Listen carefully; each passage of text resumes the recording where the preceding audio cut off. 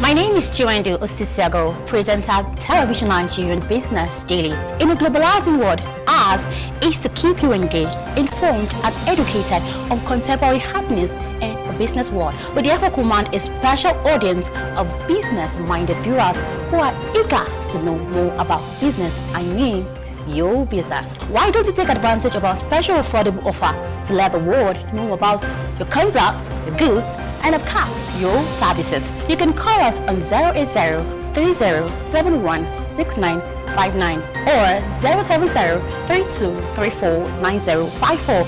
You can also visit us at Television Nigerian in Guzapi, Abuja, and follow us on all the social media handles on Facebook, YouTube, and of course, on Twitter at Television Nigerian. Your business is our concern.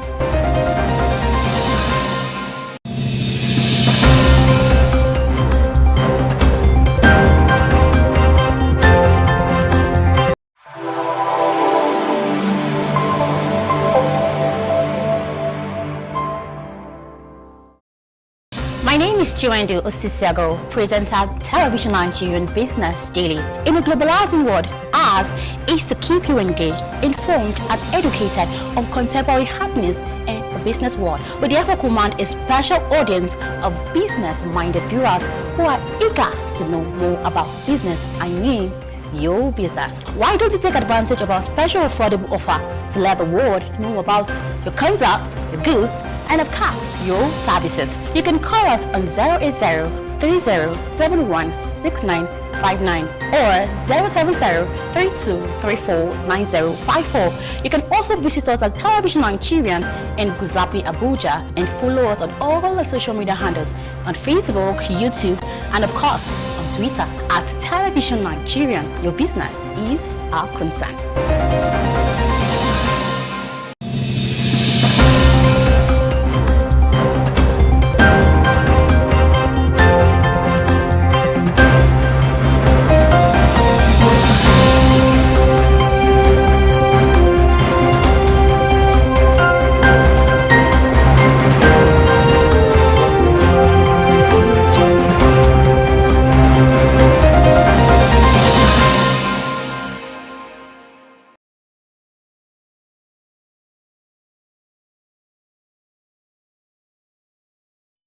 My name is Chiwendu Osisiago, presenter of Television Nigerian Business Daily. In a globalizing world, ours is to keep you engaged, informed and educated on contemporary happenings in the business world. We therefore command a special audience of business-minded viewers who are eager to know more about business, your business. Why don't you take advantage of our special affordable offer to let the world know about your concepts, your goods, and of course, your services? You can call us on 080-3071-6959 or 070-3234-9054. You can also visit us at Television Nigerian in Guzapi, Abuja, and follow us on all the social media handles on Facebook, YouTube, and of course, on Twitter at Television Nigerian. Your business is our concern.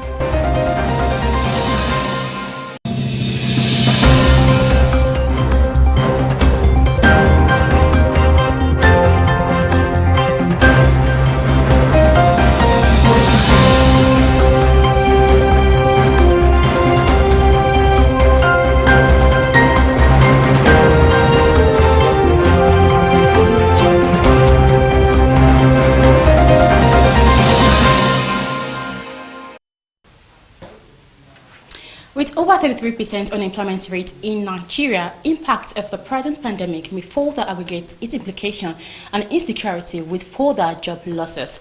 As the economic struggles to stand, obvious factors of unemployment and insecurity that affect national development adversely continue to persist. Thanks for joining us on TVN Business Daily. I am Chiwendu Osisiago, and today we shall be discussing on the impact of COVID-19 on security and youth unemployment. But before we proceed with the discussion, let's look at the business update for today.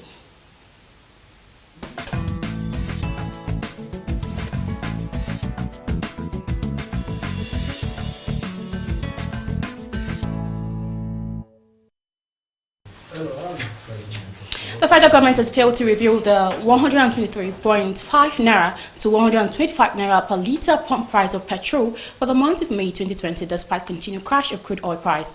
The Petroleum Product Price and Regulatory Agency has stated that the cost of petrol will be reviewed monthly in accordance with the inflation of crude oil price in the international market.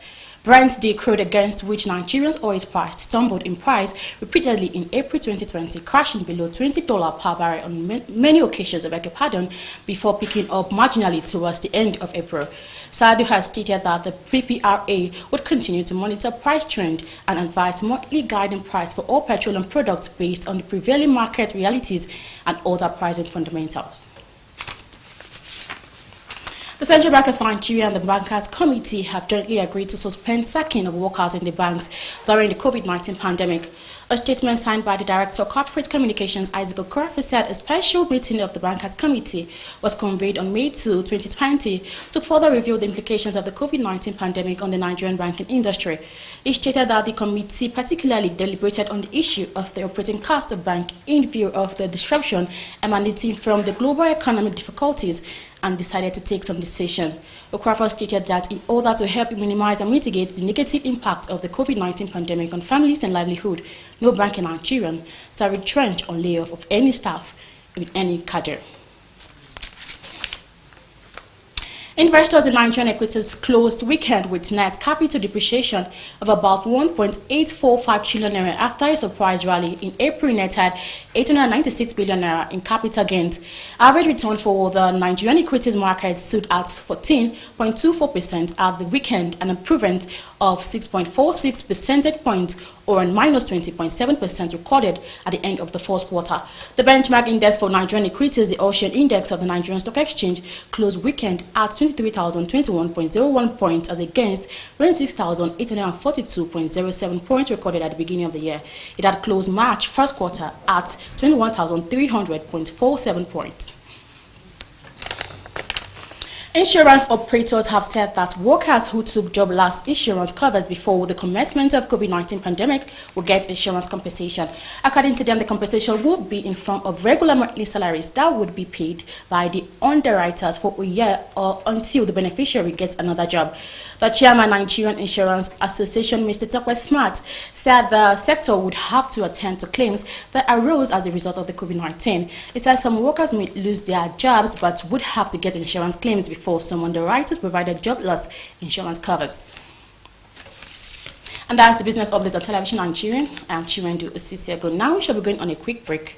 The program continues shortly.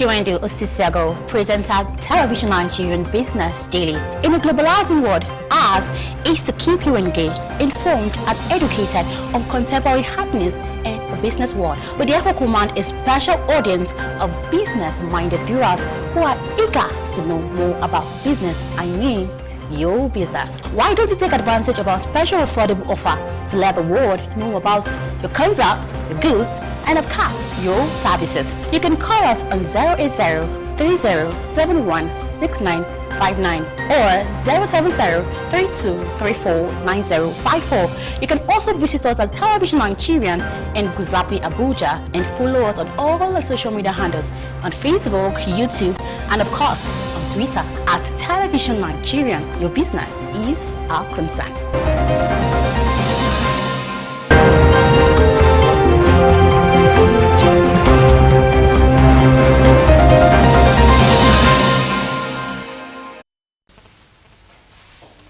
Thanks for staying with us. In case you're just joining us, it's still TV and Business TV. Like I said earlier, we shall be discussing the impact of COVID-19 on security and the youth's unemployment. I have in the studio the Assistant Inspection General of Police, Mr. Wilson. Inalego. I hope I'm correct in the pronunciation, sir. Thank you so much. It's a You're pleasure welcome. for me to be here. I am AIG Wilson Nalibu. Okay. I have now retired. Okay, all right. Thank you so much for joining us on TV and Business. Thank you. Okay, first and foremost, what is the impact exactly of this COVID-19 on human security and, of course, the youth unemployment now in Nigeria? Well, thank you so much. Yeah. Well, when you have a situation of this magnitude, certainly of the nature of pandemic, is going to have effects on the economic, on socio-economic life of the people. And like you were discussing, there is impact on the mains of our economy, the petroleum industry, crude oil. The price has gone so much. Yeah. But where I want to take it from is, before, certainly where you have such, but I think what is critical to me is, what is the reaction of people to government policy? The government has said, stay at home, stay safe. From the experience of the 1918 Spanish flu, it was discovered that cities that implemented social distancing, stay at home, overcome the pandemic early.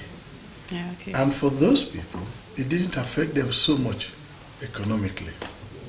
So the first thing I want to say is, when we stay at home, when we maintain social distancing, we will make the socio-economic effect less draconian, less serious.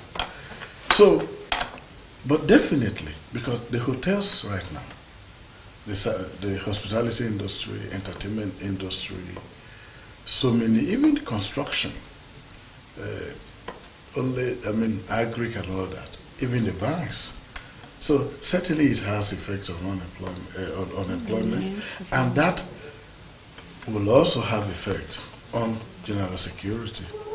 That's because there is a popular saying that an idle mind is devil's workshop. Certainly it has effects. But those effects, we should see them as challenges to give us that creativity that we need. Come to think of it, right now we are having some young people even going to how to make ventilators. This pandemic presented them with that challenge, which made them to. So I think it's time for creative thinking. But if you look at white collar job, thinking of government, then you begin to talk so much of. It's going definitely to has effect, because the daily workers, those who go to the market, buy and sell, the vulcanizers, electricians, masons, the informal sector, it has a lot of effect, because if I'm working in government, I'm getting my salary, but the informal sector, they are not earning. And so it has effect. I think that's why government is coming up with palliatives. But there is nothing anybody can do. If somebody is giving you a handout, it can never solve. Therefore, for the youths, this is their chance to come up with, to look at the opportunities, the challenges presented by the pandemic, which will generate opportunity for creativity.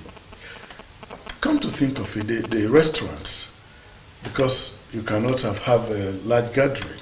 What do the restaurants do? You engage in selling food. You go to sell food in homes. Therefore, now there is a relaxation, but the restaurants cannot have that gathering. So, if you have an Okada, for example, and you approach a big restaurant and say, look,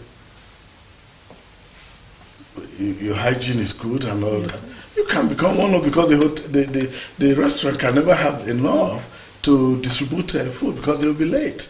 So there are opportunities. But if you look at government as providing employment and all that, then there will be that challenge. So I want our youths to see the pandemic as a challenge that will lead to opportunity for employment. Okay, thank you, sir. You've talked about the impact of this COVID-19 on the security and, of course, the youth unemployment. So is there any nexus between the security and the youth unemployment? Nexus, yeah. That is what I say, that if we have an idle mind, if, for example, you are here working, if somebody approaches you that, look, there is a guy that has brought some huge money, assuming you are a male, bring huge money to the house. That one cook in a house in Wusetu. Okay. Oh, I heard Oga and somebody discussing that Oga has just got some cash in the house. Yeah, more likely to be inclined to join in that, because you have no job, you are hungry, to commit that crime. Definitely there is a connection with unemployment and security. Okay, before we go on a quick break, I wanted to ask that how do you intend to assess the roles of security agencies as against the fight of coronavirus in Nigeria? I think I regard the security agencies as frontline in the fight. To some extent, a little place should be accorded them. Okay. It's just like you have the health providers, because if I am there stopping people, enforcing government policy of lockdown, I am also exposed. So I think the security agencies have done their bit. This thing happened last 100 years ago. Okay. It's happening now. So there is a lot of catch-up to do by everybody, not just the security. So I think to some extent, to a large extent, I would say, I think there is a lot of we commend the security agencies for enforcing. They are doing their best. Okay, now let's get the views of Nigerians on the impact of COVID-19 on the rate of unemployment in Nigeria. So stay with us. Hi, my name is Praise and I'm talking to you from Ghana. We all know what's happening in the world. The pandemic has hit each and every one of us so hard, and we are just looking forward to a day where we're going to cross over to the other side and things are going to get back to normal. In Ghana at the moment, some workers are being laid off work, and as I speak to you, the rate of unemployment is on the high side. There are no jobs anywhere. People are just trying to be their own, to be entrepreneurs and get to do what they have to do to survive. So I don't think anyone is really depending on looking for a job at the moment, because everyone wants to do one or two things to earn a living. So we are looking forward to that day where we're going to cross over to the other side. But the unemployment rate, I beg your pardon, in Ghana is on the high side. We all know that we all understand the pandemic that actually rocked the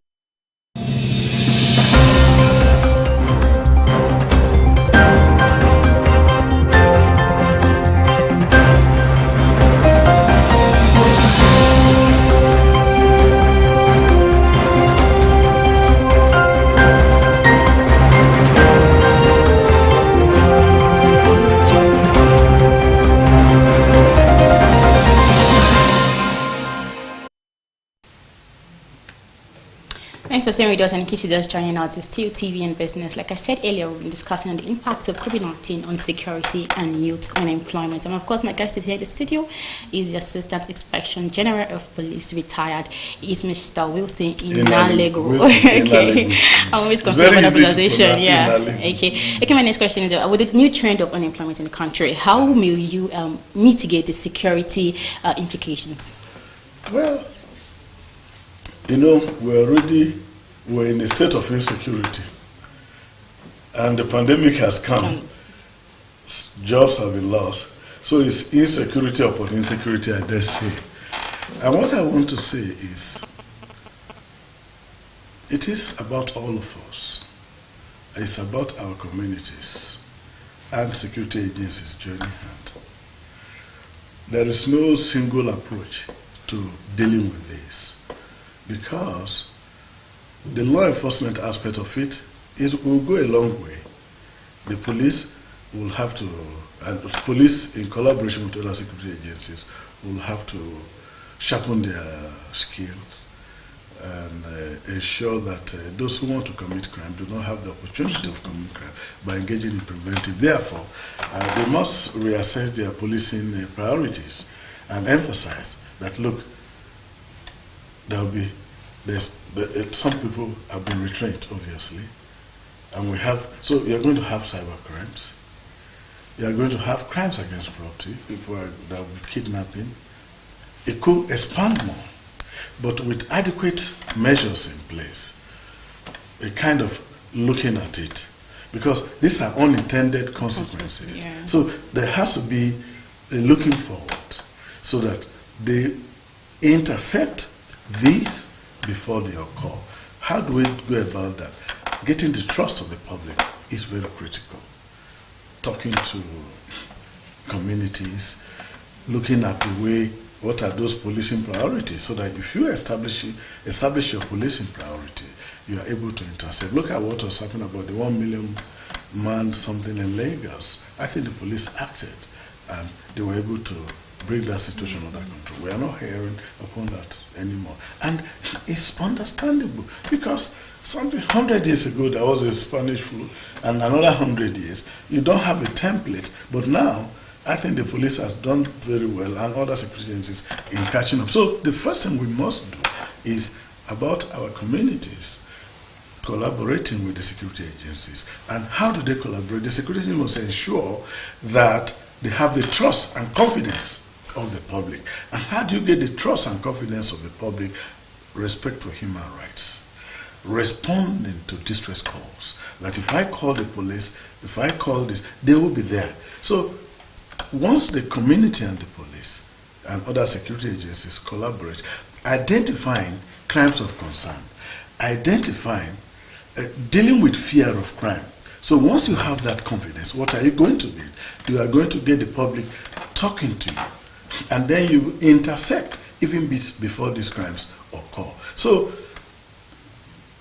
to repeat myself, community security agencies collaborating will go a long way. Yeah. And then setting up policing priorities to identify, to address crimes of concern, to address fear of crime. Yeah. Once you do that, the public get to trust you. They give you information, and then you're able to intercept. And of course, the government. Okay. Coming up with these programs, the central bank, I think NISA, giving loans to small agri holders. Those agri people generate a lot of employment. There you can have tractor operators, you have headers, you have planter, people who plant and cultivate, and the rest of it. All this can take a large number of people from the public. Talking about Empower too. Yes, the Empower, programs, the Empower, the housing programs, and so many things will generate. Once you begin to generate employment, once you begin to remove idleness, you are going to have a lot of, you'll be addressing crime. Okay. Indirectly. Okay, thank you so much. Okay, finally, now, what's your final take for our viewers out there, and of course, probably to the federal government? Yeah, like I started, the first thing you must say is, this studio is very beautiful. This structure is very beautiful, but it is nothing without us here, without human beings. Therefore, the government, through the presidential task force, maintains social distancing, even though there is a relaxation of the lockdown. They have not said that the pandemic has gone. No. So you must maintain social distancing, wear your face mask, because once you're able to address life, once you're able to keep alive, the economic impact will be very minimal. Because people, if today we say there are no cases in Abuja, no more coronavirus, it means people begin to come and do business. So those communities, those states that have policies in place, that people comply, are going to have better economic prospect than those. So all I want to say, please stay at home, Okay. Stay safe. Yeah. And then obey the government. All right, thank you so much, Assistant Inspection General Police, retired Mr. Wilson in Alabama. It was good to have you on TVN Business, and we hope to have you some other time. Thank you so much. Oh, yeah, I said it all again. We keep on saying it every time. Keep on wearing your face mask, maintain social distancing, and make use of sanitizers to keep yourself safe. All right, that's what we have for you today on TVN Business Daily. I am Chiwendu Osisiago. Do have a wonderful day.